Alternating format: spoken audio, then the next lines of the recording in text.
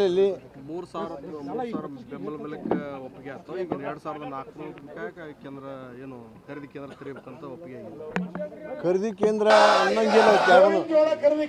ಇಲ್ಲ, ಒಬ್ಬ ರೈತ 5 ಕ್ವಿಂಟಲ್ ಮಾರ್ಬೇಕು ಅಂದ್ರೆ ಒಂದು ಎಕರೆದಾಗ 25 ಕ್ವಿಂಟಲ್ ಬರ್ತದೆ. 5 ಕ್ವಿಂಟಲ್ ಮಾರಿದ್ದೀನಿ 20 ಕ್ವಿಂಟಲ್ ಯಾರ ಮನೆಗೆ ಒಯ್ದು ಹಾಕೋಣ? MLA ಮನೆಗೆ, ಜಿಲ್ಲಾ ಉಸ್ತುವಾರಿ ಮಂತ್ರಿ ಮನೆಗೆ ಹಾಕೋಣ ಒಯ್ದು. ಏನು ಇವ್ರಿಗೇನು ತೆಲಿಗಿಲಿ ಸರಿ ಅದಾವು, ಹುಚ್ಚರು ದಡ್ರು ಏನು ನಮ್ಗೆ ಬೇಕಂತ ಆಟ ಆಡ್ಸೋ ಸಲ ಹಿಂಗೆ ಮಾಡ್ತಾರೋ.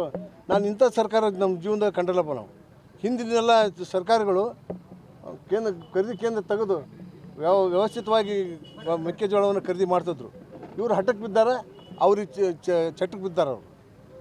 ಇವರು ನಮ್ಮ ಜಿಲ್ಲೆಯ ಶಾಸಕರು, ಮಂತ್ರಿಗಳು ಮತ್ತು ನಮ್ಮ ರಾಜ್ಯ ಸರ್ಕಾರ ಇವರು ಹಠಕ್ಕೆ ಬಿದ್ದಾರೆ. ನಮ್ಮ ಮೇಲೆ ಹಠ ಮಾಡ್ಬೇಕು. ಇವರು ನಮ್ಮಿಂದ ಓಟ್ ಪಡ್ಕೊಂಡಲ್ಲ, ನಮ್ಮ ಜನಪ್ರತಿನಿಧಿಗಳಲ್ಲ ಇವರು. ನಾವು 8 ದಿವಸ ತಂಡೆ ಮಕ್ಕಂಡದ್ದು ಇವರಿಗೆ ಮನುಷ್ಯತ್ವ ಏನಾದರೂ ಐತೆ ಇಲ್ಲ?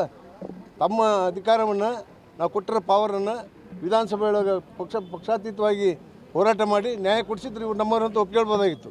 ಇವತ್ತು ಯಾವನೂ ಬಂದು ನಮ್ಮನ್ನು ಹಣಿಕಾಯ್ಕೆಲ್ಲ ಮಾತಾಡ್ಸಿಲ್ಲ. ಅದಕ್ಕೆ ನಾವು ನಮ್ಮ ಚಳುವಳಿಯನ್ನು ತೀವ್ರಗೊಳಿಸ್ತೇವೆ. 8ನೇ ತಾರೀಕು ಮಾಡು ಇಲ್ಲವೇ ಮಡಿ, ನಾವು ಹೆದ್ದಾರಿ ಬಂದ್ ಮಾಡ್ತೇವೆ. ಒಂದು ದಿವಸ ಅಲ್ಲ, ನ್ಯಾಯ ಸಿಗೋರಿಗೆ ಹೋರಾಟ ಮಾಡ್ತೇವೆ. ಅದಕ್ಕೆಲ್ಲರೂ ಸಹಕಾರ ಕೊಡಬೇಕು. ಎಲ್ಲ ಜನಪ್ರತಿನಿಧಿಗಳಿಗೆ ಪಾಠ ಕಲಿಸ್ತಕ್ಕಂಥ ವ್ಯವಸ್ಥೆಯನ್ನು ಮಾಡ್ತೇವೆ ಅಂತಕ್ಕಂಥ ಮಾತನ್ನು ಹೇಳ್ತಾರೆ.